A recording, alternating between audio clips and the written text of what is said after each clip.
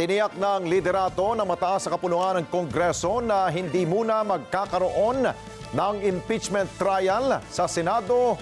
Laban po yan kay Vice President Sara Duterte habang nakabreak ang kanilang sesyon. Kine-question din ng mga senador kung bakit ngayon ay minamadali ng mga kongresista na talakayin ng reklamo sa Senado, gayong pinatulog naman ito sa Kamara sa loob ng 2 buwan. Nanindigan naman ang presidential sister o si Senador Amy Marcos na lalabanan niya ito hanggang dulo dahil ayaw niya ng impeachment, destabilisasyon at gulo, habang may paalala naman si Senate President Chis Escudero sa kanyang mga kapwa-senador. Mian Corvera sa balita. I move that we adjourn the session until 3 o'clock in the afternoon of Monday, June 2, 2025. So moved, Mr. President.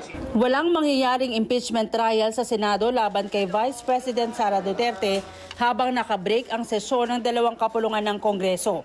Yan ang sagot ni Senate President Francis Escudero sa panawagan ng mga pro-impeachment group na busisiin ng Articles of Impeachment na isinampa laban kay Duterte. Ayon kay Escudero, hindi sila maaring mag-convene bilang impeachment court at manumpa bilang mga judge habang nakareses ang Kongreso. Nakabilang nga dyan yung binanggit ko, that the Senate President shall take proper order of the subject of impeachment and matapos nun, shall notify the House of the date when the prosecutors are set to appear.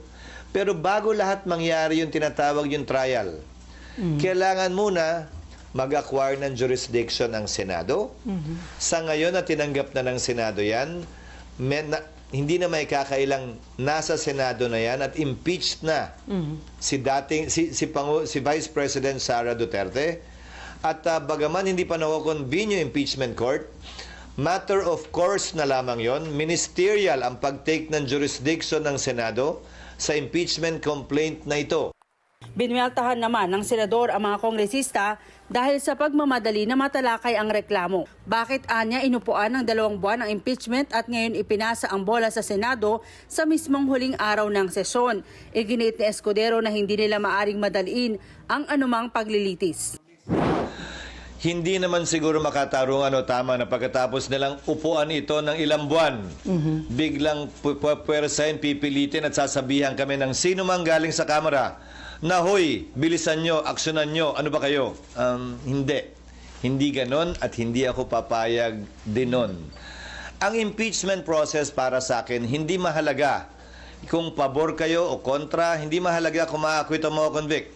Ang mahalaga para sa akin, bilang tagapangulo ng Senado, maging maayos ito, sang-ayon sa batas, credible, kapanipaniwala, at magagawad ng hustisya. May tsansa pa rin daw na matalakay sa Senado ang reklamong impeachment laban kay Vice President Sara Duterte. Pero mangyayari yan sa June 2 sa pagbabalik ng sesyon ng 2 kapulungan ng Kongreso. Pero maraming proseso pang kailangang pagdaanan bago masimulan ang formal na paglilitis. Kabilang narito ang masusing pagsusuri kung verified ba ang pirma ng mga kongresista at hindi ito e-signature at kung pinanumpaan sa harap ng Secretary General ng Kamara. Sabi ni Escudero, may paghahanda naman silang gagawin gaya ng pag-draft sa rules at pag-verify sa complaint para pagdating ng sesyon maaari na ito maaprobahan sa plenaryo. Kung agad masisimulan ang paglilitis sa Hunyo pero hindi ito matatapos ng June 30 pagtatapos ng termino ng 19th Congress, tiniyak ni Escudero na magpapatuloy ang trial sa 28th Congress kahit magbago pa ang komposisyon ng 2 kapulungan ng Kongreso. Ang Amerika kung saan natin kinopya yung ating sistema ng demokrasya at Republican government. Yung kanilang Senado, sa pagkakaalam ko, 1/3 lamang ang hinahalal at any one time. May naiiwang 2/3 pa rin. Kaya pwede mong sabihin continuing body talaga yung Senado.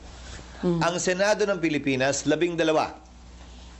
So, walang majority, walang quorum ang maiiwan. Subalit, ilang bagay ang nais kong sabihin kaugnay nito. Tingnan nyo na lamang ang mga collegial courts dahil ito'y hindi function ng legislature. Hindi ito typical na bill sa aking pananaw na pagtapos ng Kongreso, i-file mo uli.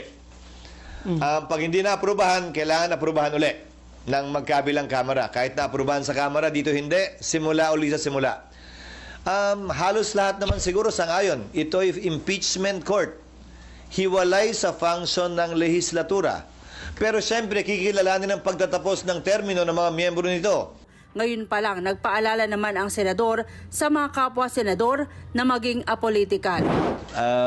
Basta ang Senado, gagampanan namin ang tungkulin namin ng, tatagalugin ko ng may malamig na neutralidad ng isang hukom na walang kinikilingan. Pero ngayon pa lang, tiniyak ni Senador Amy Marcos na ayaw niya sa impeachment at lalabanan niya ito hanggang dulo. Nakakahiya raw kasi na sa dami ng problema ng bansa, destabilization at impeachment ba ang ginagawang solusyon? Ayan, Corvera, para sa mata ng Agila, matatag, matapang, matapat. Maraming salamat sa inyo pong pagsubaybay sa Mata ng Agila Primetime.